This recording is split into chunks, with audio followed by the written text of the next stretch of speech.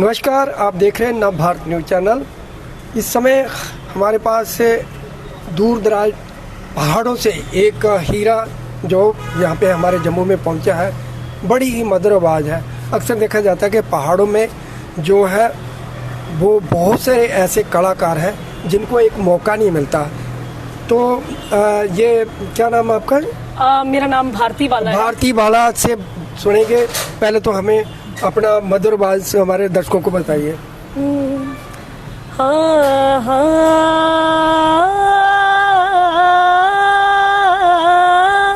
हाँ हाँ, तेरी जय होवे बावे अली काली माता, तेरी जय होवे, तेरी जय होवे बावे अली काली माता, तेरी जय होवे। कलकत्तिया चलिए आई काल का, रखते दे तेरी आइयो जी हो जी। ओ बिच बावे बहुलोचन राजा, आंधी काल का माइयो जी हो जी।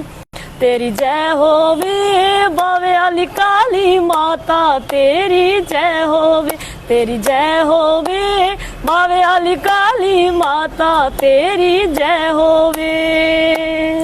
भारती जी, बहुत ही मधुर आवाज़ है, बहुत ही गला आपका बहुत ही प्यारा है।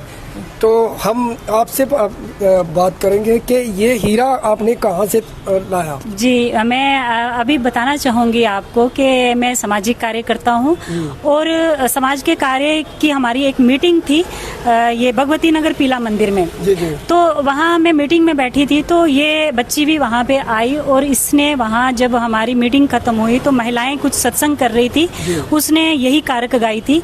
तो ये कारक अभी अकेले जब गाती है तो इसका एक अलग इफेक्ट होता है, लेकिन इसने जब इसका वुमेन ने साथ दिया और ये कारक जो एक, मैं आपको क्या बताऊं कि ये इसकी क्या तब सुर और लय और ताल था, तो मैं बहुत प्रभावित हुई।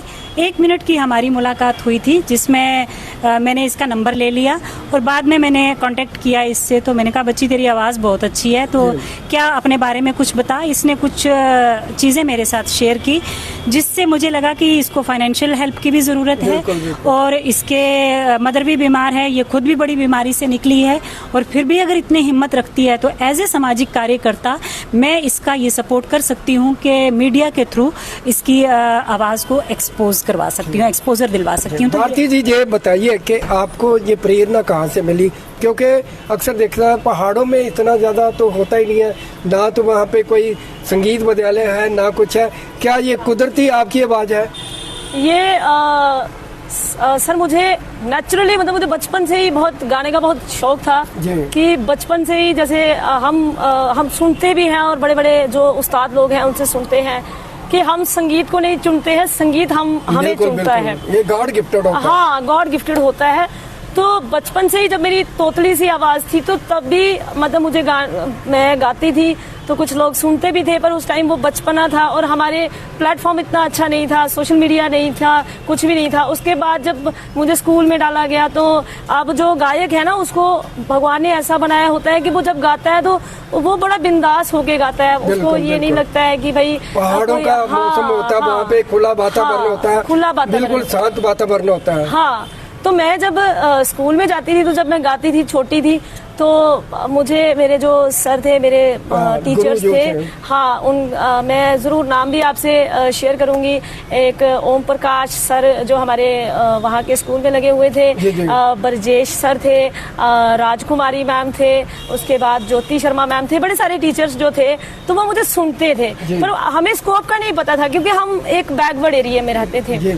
तो मैं आपको रोकूंगा, आपका ये फोक और डोगरी का ये कारके, ये बहुत ही महत्वपूर्ण है, आम लोगों को नहीं पता है। कारके डोगरे ही सिर्फ जानते हैं। तो ये कारके कहाँ से सीखी आपने? ये कारके मैंने ऐसे सीखी कि मैं जब मैं सुरेंद्र मनहास जी जो बिल्कुल स्वर्गीय स्वर्गीय सुरेंद्र मनहास जी, तो उनकी ये कार्यक्रम में जब सुनती थी तो मुझे बहुत अच्छा लगता था। तो जब मैं जागरण लाइन में आई तब मैंने सुनना शुरू की। तो जब मैंने वो सुननी ना, तो वो कहते हैं ना रोंगटे खड़े होते हैं, तो वो मेरे रोंगटे खड़े हो जाते थे। तो फिर मैंने सोचा कि क्यों ना मैं भी इसको गाने की कोशिश करूं। हाँ, तो मैंने ये जब लिखी तो मैं एक बार एक जागरण में गई। मेरा गला बहुत ज्यादा खराब था क्योंकि नवरात्रे चल रहे थे, तो बीच बीच में सत्संग जागरण। और मेरा तो ये रहता है कि हमारे गांव में ऐसा नहीं है कि लोग बोलेंगे कि आप साउंड लाओ, आप ये है, वो बोलते हैं ढोल की चिमटे पे चलेगा, आप सत्संग कर, तो हम भी वैसे कर देते हैं। तो वो उससे क्या होता है कि गला थक जाता है। तो मेरा गला थका हुआ था, तो जहाँ मैं जागरण में गई तो वहाँ पे सारे म्यूजिशियन लगे हुए थे, बहुत सारी संगत थी। तो मैंने माता रानी को, माँ बाबे वाली को मन ही मन में याद किया कि हे महारानी, अगर आप सच में अगर इतने शक्तिशाली हो तो आज मेरे गले में बैठ जाओ आप, क्योंकि मेरा गला नहीं चल रहा है। और जब मैंने माता तो साक्षात, हाँ, साक्षात, वो तो भक्तों की हाँ, पूरी फरियाद सुनती है। और जब मैंने ये कार्यक्रम जब मैंने गाना शुरू करी और सच में मुझे ऐसे ही अनुभव हुआ कि माता रानी मेरे गले में बैठी है।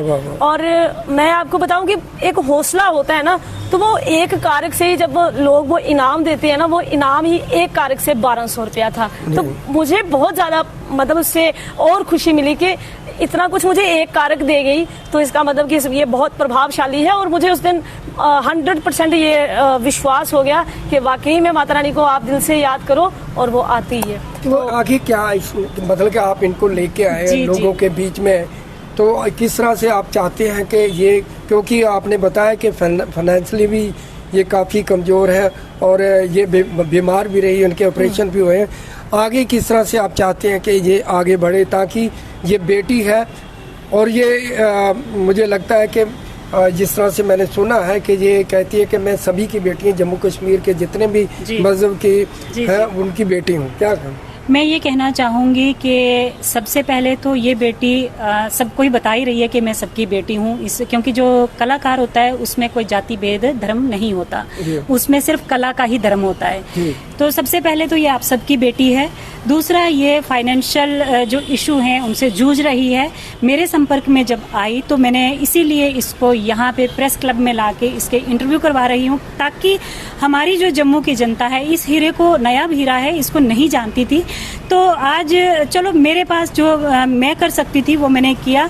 अब इसका जो है, एक चीज मैं आपको और बता दूं कि ग्लैमर और जो हम देखते हैं कि बहुत सारे फैशन ग्लैमर के पीछे लोग जाते हैं। इस बच्ची को सपोर्ट की जरूरत है, इसके हुनर को पहचानिए और इसको सपोर्ट कीजिए। ये कल आने वाली हमारी जम्मू कश्मीर की और सुध महादेव की ये एक नामी ग्रामी होगी आने वाले टाइम में, जो इसकी आवाज में दम है। तो अब इसने तो अपना हुनर हमें दिखा दिया, पर अब जनता और हमारा, आप मीडिया वाले भी दिखा रहे हो अपना धर्म, अब हमारा जनता का है कि हम क्या कर सकते हैं। और जितना भी जिसको सपोर्ट हो सकता है ये इसको जरूर करें, मैं ये कहना चाहूँगी। भारती जी, इसके बाद जब आप यहाँ पे आए, कोई बड़ा मौका मिला आपको? यहाँ पे वैसे मैं इस चैनल के माध्यम से आपको बताना चाहूंगी कि मैं आज से 1.5 साल 2 साल पहले अपने गांव में, अपने ज्यादा से ज्यादा उधमपुर तक आ जाते थे, रियासी में, कटरा में मुझे जाने का थोड़ा बहुत मौका मिला है। लेकिन जो एक होता है ना, बड़े बढ़